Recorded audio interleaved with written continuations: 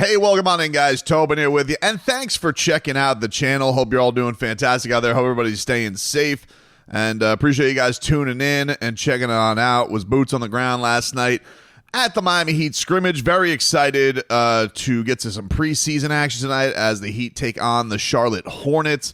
But one piece of news I did not get into yesterday, I wanted to kind of just give it its own thing, is the Miami Heat, prior to the red, white, and pink game, announced that they are naming the court at the Kaseya Center is going to be named after the Godfather, Pat Riley. It was announced yesterday. This was the release from the team. The Miami Heat announced today that all current and future courts will bear a dedication in honor of former head coach and current team president Pat Riley, set to enter his 30th season with the organization. Riley becomes just the second coach in NBA history to receive such an honor, joining Boston's Red Auerbach. And Riley's permanent on-court dedication will be unveiled as the Heat host the Magic opening night, October 23rd. And for those who are looking for tickets, heat.com/Pat Riley Court. And this was a statement that was given out by Mickey Arison, team owner. This is 30 years, 3 championships, countless moments. None of this would have been possible without Pat Riley at the helm of the ship. Pat has accomplished so much for this franchise and this city, and it's only fitting that his name forever be etched on the hardwood, where every day he'll be reminded of his impact on the game and the Heat. Look, I say this all the time with the Miami Heat. You know, they do things right.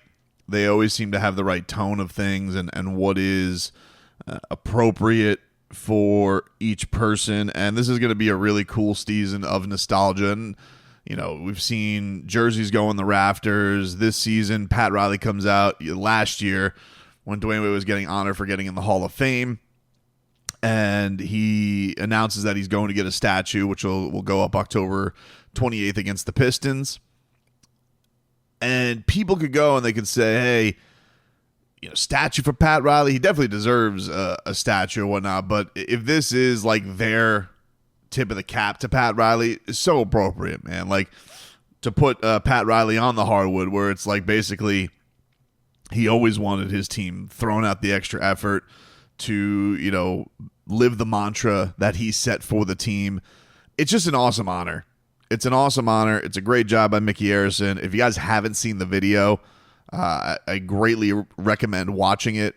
Pat seemed very moved in the video where they announced it, that they were doing it, and he, you know, the guy is an icon, a basketball lifer. I thought Sedano said it well. It's just, you can't tell the story of basketball without Pat Riley, and what he's done for the organization is incredible. I mean, this franchise was kind of a gimmick before he got here, and you think about coming down here, angering the holy hell out of the Knicks fan that he was Pat the Rat, rats off a ship leaving, but also brought an iconic rivalry with that to set into motion for things that you celebrate as a fan today. His hate for Boston bled over to the Miami Heat.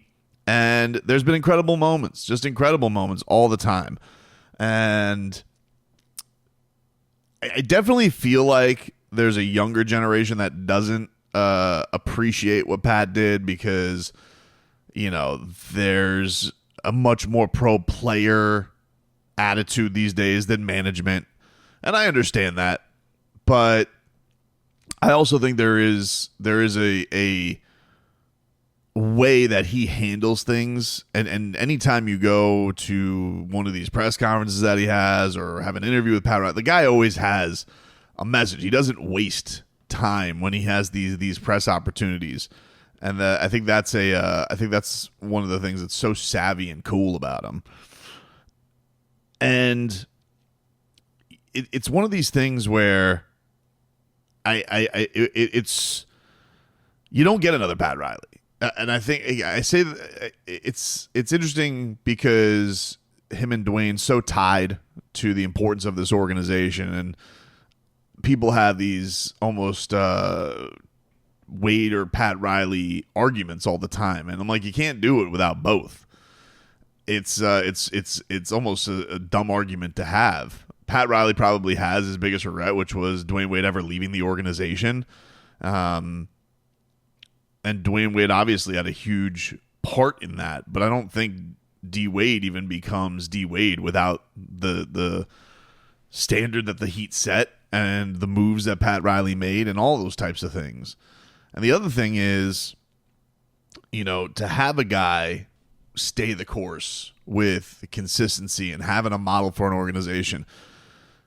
You can look no further than the Miami Dolphins in this town, who for 25 years have been scrambling to find a playoff win. They've done no kind of winning that the Heat have done. And I know that is the heritage team in town.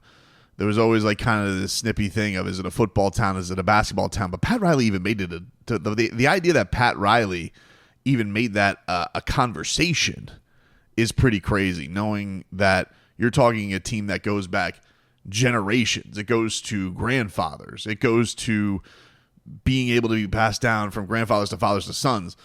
I'm going to be 38 in a couple of weeks, and I'm just getting to my kids being Heat fans and getting into that type of stuff. And that's with this organization being the age that it is, which, isn't even 4 decades old yet. So I'm very happy for Pat Riley to get this honor. His statement was, "It's been one hell of a journey that Mickey and I have taken together over the last 30 years. The goal from day one was to win and win big, and we did. We won championships, sprayed each other with champagne, had parades, celebrated on this floor, in this arena, in the streets with our great fans, and hung the names of our greatest players in the rafters. Named the court after me would have made my parents very proud. It's a great honor. It's a great honor for myself, Chris, and my family. I can only say thank you from the bottom of my heart to Mickey and the Harrison family for this honor, and to all the players, coaches, and staff, and super fans. I say thank you." Goosies, dude. That's Goosies galore right there. The one thing that I did think about this when this news came out and seeing the statements, it did make me wonder. It did make me wonder at all if this was Pat's last season. It was kind of hard not to think about that, because he's going to be 80 this year and is been in this forever, right? It feels like one way or another there's going to be some kind of a shift for the Heat organization after this year. Sure, plenty of things can happen. I'm just thinking from the outright, Jimmy's contract situation, the years that the core 4 guys have been here with Jimmy, Bam, Tyler, Duncan, Spo. Is there going to be any kind of a veer off from that? Is there going to be more takeover from Eric Spoelstra? And those things have been those things have been really, really cool to see too. We'll get to Spo in a second, but when I saw this, I have not reporting, no insight. These were just my what went through my head when this news came out. Was this a sign that we want to honor Pat Riley? We want to have him have his soak-in moment, right? They've done so many things for everybody else. Alonzo, Tim, Chris Bosh, Dwayne Wade, Udonis Haslem, Shaq. And they've done that with also now coming out, and we're doing a D Wade statue this year. And when's Pat going to get his time, right? Like when is Pat going to get that send off that he deserves? And I think that the Miami Heat have realized now, going over 10 years since hoisting the Larry O'Brien trophy, it's hard. It's hard to win these championships. They've gotten as close as you can get over these last 5 years, and that's with some really rotten luck going their way too. And so it was my first thought was, this is Goosies galore. This is awesome. Very happy for Pat Riley. And then my second thought was, man, I wonder if this is like a sign that this is going to be his last year, that this is going to be his send-off season. And then this almost being in a way like his last dance, this team's last dance in some way or another. Very, very interesting because I will say it was funny. It's talking to some people around media day where like was Spo was walking in, and it's interesting because I remember covering Spo's rookie year and doing some things for the I would cover for the radio station some games that our lead reporter couldn't go.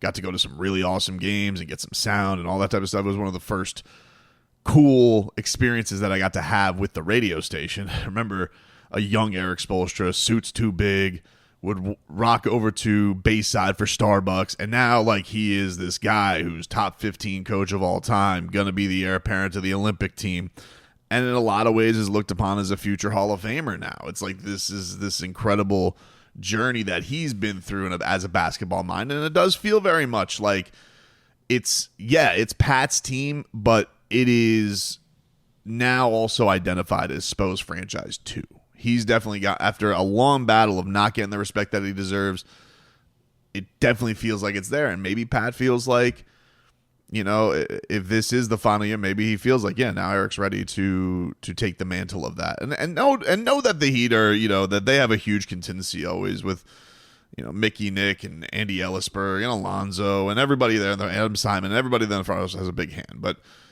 there's only one Godfather. There's only one guy that the whole sports media contingent here stops and listens to, and everybody wants to hear what he says. Why? Because he could turn the sports world on its head with his comments. He holds that kind of gravitas. He does.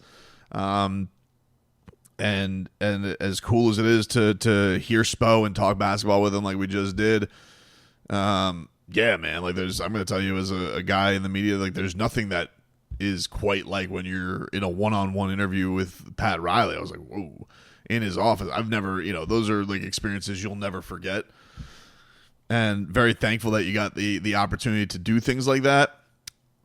But also, man, you're also just very thankful and and happy about the when you do get those thoughtful answers from him and the way that he can tell stories about what Udonis Haslem means to him because he's there for the loss of his brother and can tell you, where he's, how to put seasons into perspective because he's been there for everything. He's been there for everything. And I hope that the Heat fan who's young, who, sees the jokey jokes on Twitter and all that stuff, I don't like that stuff.